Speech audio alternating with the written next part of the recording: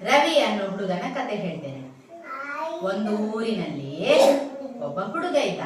ಅವನ ಹೆಸರು ರವಿ. ಒಂದು ದಿವಸ ಶಾಲೆಯಲ್ಲಿ ಟೀಚರ್ ಎಲ್ಲಾ ಮಕ್ಕಳಿಗೆ ಬೀಜಗಳನ್ನು ಕೊಡ್ತಾರೆ. ಬೇರೆ ಬೇರೆ ಹಣ್ಣು, ತರಕಾರಿ, ಹೂವಿನ ಗಿಡಗಳ ಬೀಜವನ್ನು ಕೊಟ್ಟು ಹೇಳ್ತಾರೆ, 1 ತಿಂಗಳ ಟೈಮ್ ಕೊಡ್ತೇನೆ ನಿಮಗೆ. ಈ ಬೀಜಗಳಿಂದ ನನಗೆ ಸುಂದರವಾದ ಗಿಡವನ್ನು ಬೆಳೆಸಿ ತೋರಿಸ್ಬೇಕು ಅಂತ. ಅದಕ್ಕೆ ಟೀಚರ್ ಹೇಳ್ತಾರೆ, ಯಾರು ಚಂದ ಗಿಡ ಮಾಡಿ ತೋರಿಸ್ತೀರಿ ಅವರಿಗೆ ಬಹುಮಾನ ಉಂಟು ಅಂತ. ಆಗ ರವಿಗೆ ತುಂಬಾ ಖುಷಿ ಆಗ್ತದೆ. ಅವನು ಬಹಳ ಖುಷಿಯಿಂದ ಬೀಜವನ್ನು ಮನೆಗೆ ತಗೊಂಡು ಹೋಗ್ತಾನೆ. ಅಲ್ಲಿ ಒಂದು ಹೂಕುಂಡಕ್ಕೆ ಸ್ವಲ್ಪ ಮಣ್ಣು, ಗೊಬ್ಬರ, ನೀರು ಹಾಕಿ ಆ ಬೀಜವನ್ನು ಬಿತ್ತಿ ಚೆನ್ನಾಗಿ ಸೂರ್ಯನ ಬಿಸಿಲು ಎಲ್ಲಿ ಬರ್ತಾ ಉಂಟು ಅಂತ ನೋಡಿ ಅಲ್ಲಿ ಹೋಗಿ ಆ ಹೂಕುಂಡವನ್ನು ಇಟ್ಟು ಬರ್ತಾನೆ. ಪ್ರತಿದಿನ ಹೋಗಿ ಅದಕ್ಕೆ ಸ್ವಲ್ಪ ಸ್ವಲ್ಪ ನೀರು ಹಾಕಿ ನೋಡ್ತಾನೆ ಬೀಜ ಮೊಳಕೆ ಬಂತಾ ಅಂತ. ಎಷ್ಟೇ ದಿನ ಆದ್ರೂ ಬೀಜ ಮೊಳಕೆ ಬರುವುದೇ ಇಲ್ಲ.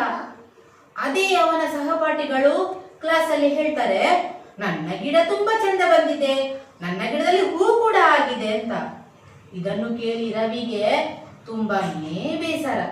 ಅಯ್ಯೋ ಅಮ್ಮ, ನನ್ನ ಗೆಳೆಯರದೆಲ್ಲ ಗಿಡಗಳು ತುಂಬಾ ಸುಂದರವಾಗಿ ಬೆಳೆದು ಹೂವಾಗ್ತಾ ಉಂಟಂತೆ, ಗಿಡ ಚೆನ್ನಾಗಿ ಬೆಳೆದಿದೆ ಅಂತೆ, ನನ್ನ ಗಿಡ ಮಾತ್ರ ಇನ್ನೂ ಬರಲೇ ಇಲ್ಲಲ್ಲ ಅಮ್ಮ, ಯಾಕೆ ಅಂತ. ಅದಕ್ಕೆ ಅಮ್ಮ ಹೇಳ್ತಾರೆ, ನೋಡು ರವಿ, ನೀನು ನಿನ್ನ ಪ್ರಯತ್ನ ಮಾಡಿದ್ದಿ, ನೀನು ಅದಕ್ಕೆ ಬೇಕಾದ ವ್ಯವಸ್ಥೆ ಎಲ್ಲ ಮಾಡಿ ಚೆನ್ನಾಗಿ ಬಿಸಿಲು ಬರುವ ಜಾಗದಲ್ಲಿ ಇಟ್ಟಿದ್ದಿ, ಆದ್ರೂ ಅದು ಮೊಳಕೆ ಬರಲಿಲ್ಲ, ಏನು ಮಾಡ್ಲಿಕ್ಕಾಗಲ್ಲ, ನೀನು ಅದನ್ನು ಹಾಗೇನೆ ತೆಗೆದುಕೊಂಡು ಹೋಗು ಶಾಲೆಗೆ ಅಂತ ಹೇಳ್ತಾರೆ. ರವಿಗೆ ಏನೋ ಬೇಸರ, ನಾನೇನ್ ಮಾಡ್ಲಿ, ನನ್ನದು ಗಿಡವೇ ಇಲ್ಲಲ್ಲ. ಆದ್ರೂ ಅಮ್ಮ ಹೇಳ್ತಾರಲ್ಲ, ಅದಕ್ಕೆ ಅವನು ಆ ಹೂಕುಂಡವನ್ನು 1 ತಿಂಗಳು ಕಳೆದು ಶಾಲೆಗೆ ತೆಗೆದುಕೊಂಡು ಹೋಗ್ತಾನೆ. ಅವನ ಎಲ್ಲಾ ಸಹಪಾಠಿಗಳು ಹೂಕುಂಡವನ್ನು ತೆಗೆದುಕೊಂಡು ಬಂದಿರ್ತಾರೆ. ಅವರೆಲ್ಲರ ಹೂಕುಂಡಗಳಲ್ಲಿ ಸುಂದರ ಸುಂದರ ಗಿಡಗಳು, ತುಂಬಾ ಹೂಗಳು, ಭಾರಿ ಖುಷಿಯಲ್ಲಿರ್ತಾರೆ. ಆದ್ರೆ ರವಿಯ ಕೈಯಲ್ಲಿ ಹೂಕುಂಡದಲ್ಲಿ ಏನಿಲ್ಲ, ಬರೀ ಮಣ್ಣು ಮಾತ್ರ.